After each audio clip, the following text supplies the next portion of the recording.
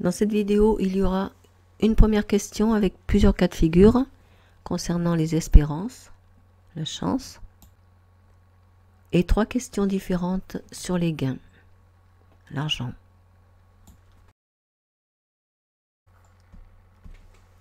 Première question, aura-t-on de la chance pour obtenir ce que l'on demande? Est-ce qu'on espère, quelle que soit cette demande? Le questionneur, c'est toujours la maison 1 et l'espérance, la maison 11, qui concerne aussi les amis, les appuis, les projets. Premier cas de figure, si la figure en maison 1 est fixe et bénéfique et passe en maison 11, les espérances seront certainement exaucées grâce à l'ingéniosité du questionneur.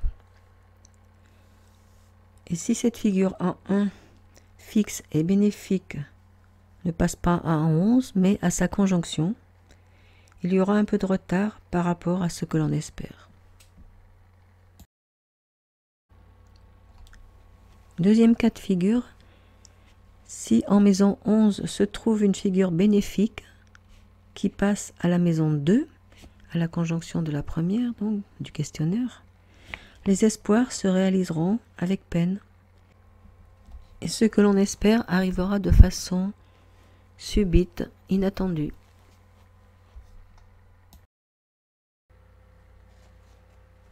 Troisième cas, si les figures en maison 1 et en 11 sont différentes, mais se retrouvent conjointes dans d'autres maisons du thème, et que la majorité des figures dans les maisons angulaires sont bonnes, il y aura beaucoup de retard et on obtiendra satisfaction alors qu'on n'y croyait plus vraiment.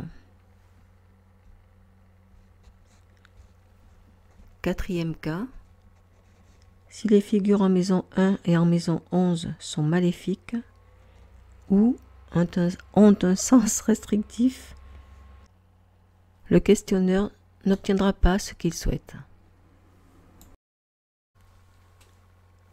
Deuxième partie, donc les gains. Il faut distinguer le patrimoine, les biens acquis, d'une part, et les revenus d'autre part. Le questionneur est toujours en maison 1. Et là, il y aura 3 maisons différentes. Première question sur les revenus. Seront-ils stables ou encore en augmentation? Il faut regarder la maison 2, que ce soit des revenus qui proviennent du travail, de titres, de bijoux, etc., des valeurs meubles. Il faut évaluer la qualité, bonne ou mauvaise, de la figure en maison 2, sa signification générale et en maison, sa signification en maison. Si on a acquisition, par exemple, pas de problème. Ou même fortuna major, mais pas seulement. Deuxième question, le patrimoine va-t-il évoluer favorablement? Alors, ça concerne l'argent placé sur de longues périodes, les biens immobiliers, les terrains, etc. C'est la maison 4 qui est concernée dans ce cas.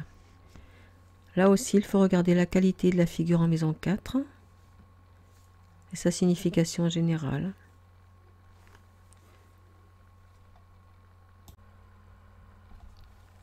Troisième question concernant l'argent du conjoint. Quel est l'état de ses biens ou quelle sera son évolution? Ça concerne les héritages, les dons, etc. Il faut regarder la maison 8. L'interprétation se fera de la même manière que pour les 2 premières questions.